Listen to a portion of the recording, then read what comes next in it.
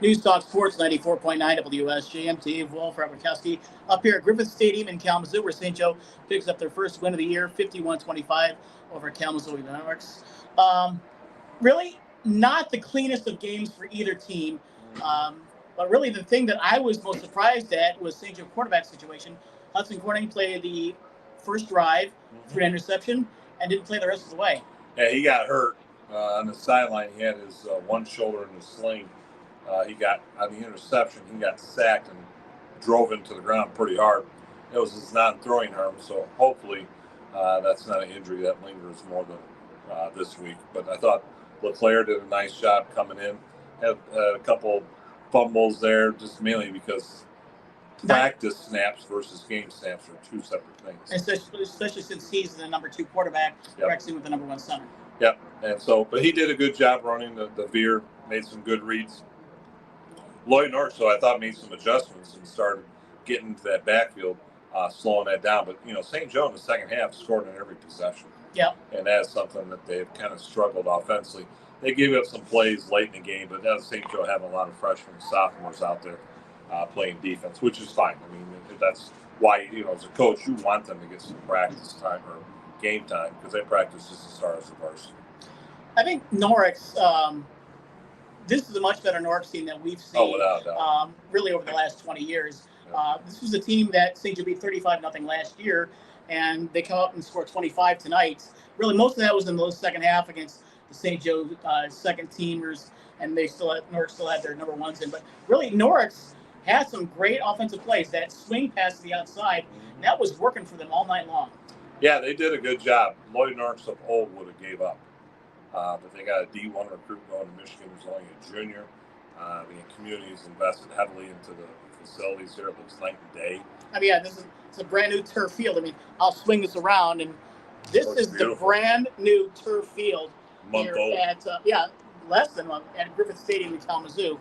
So yes, it's a marked improvement of the facilities here at Lennox. Kalamazoo Central also got it. So a big boost by the Kalamazoo school voters to give the Kalamazoo schools both turf fields, and it looks absolutely amazing. But they did a nice job.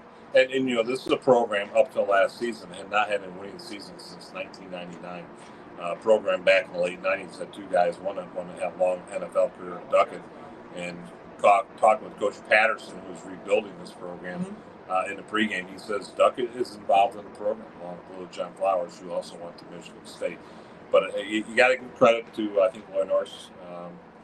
I think they get in the playoffs. It'll be hard because they're Division I, the conference, other than K Central's mostly 2 and 3 teams. But they can get 4 or 5 wins and push to get in the playoffs. This was a must-win for St. Joe. They could not afford to go 0-3 and expect to get in the playoffs. Got to clean up some things still defensively. There's times when there's not as good as tackling as they're used to.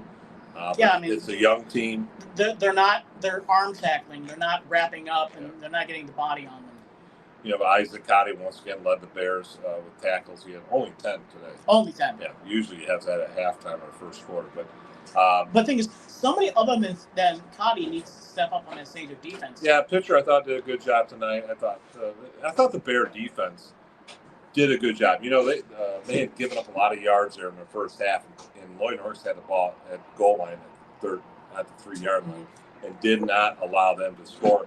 And then what was solid after that was then St. Joe's offense then went 97 yards and put in the end zone. Those are the type of things that can build for the future. Remember, this is a team that lost 19 starters from last season. Yes. They still have a lot of young players.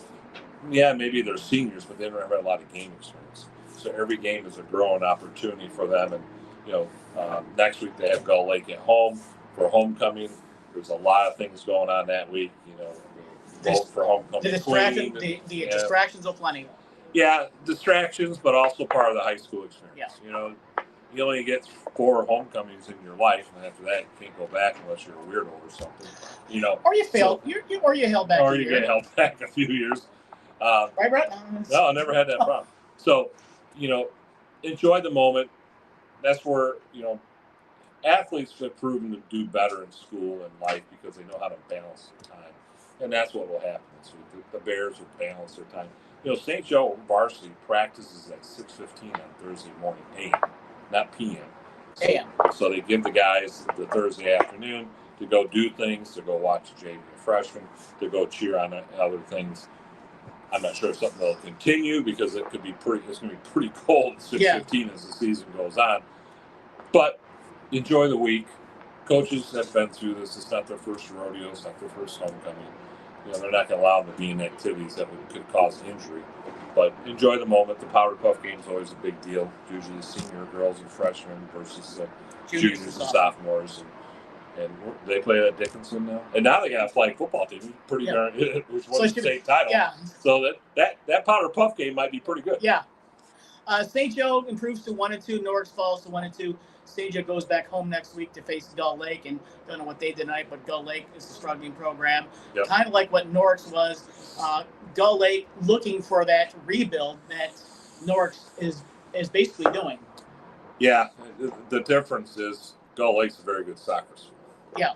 And it doesn't always transcend into football. Yeah. So, it's hard to be good in all the sports unless you have 3,000 students, which none of the schools do. Lloyd Norris is the biggest, then the K Central 1,800, 1,700. Gull Lake's main thing is men's soccer. So, for them, football is going to take tough to rebuild in this conference. They're one of the smaller schools with St. Joe and Lakeshore, so always fighting an uphill battle on the numbers. St. Joe with the 51-25 win here over Kalamazoo Lenorex. St. Joe home next week to face Gull Lake at Dickinson Stadium. WSJ will be on the air at 6:30. We finally have one coach with a win on Coach's Show. We've gone the first 2 weeks. Phil and I could not remember when we ever had 2 weeks in a row where every coach lost. And we did have that the first 2 weeks. We finally have a win with St. Joe. The other 3 coaches did lose again tonight. Yes, so we're 1-11. But will Pratley be happy tomorrow morning? He'll be happy because we'll make him happy. Okay. Yeah. Well, it depends on what kind of goods you had. Well, you know what? Shout out to Coach Pratley. He's lost 70 pounds. I said depends on what kind of goodies. Well, he won't touch them. Oh, really? He just looks at them. Where I look, touch, and eat. All in the same motion. I'm sure you do. But come to Coach's Show tomorrow. You can have some of those. Not you. I'm talking about the people watching. Yeah. We're at Signature Toyota, 8 to 10. Brett Wachowski at the Coach's Show tomorrow morning with Phil McDonald, 8 o'clock on WSJM. St. Joe with the 51-25 win here over Kalamazoo and Lenorex. Will be on the air next week against Gull Lake at 6:30 on WSJM from Dickinson Stadium. For Joel Cordes, Brett Wachowski, I'm Dave Wolf, WSJM Sports. Happy weekend.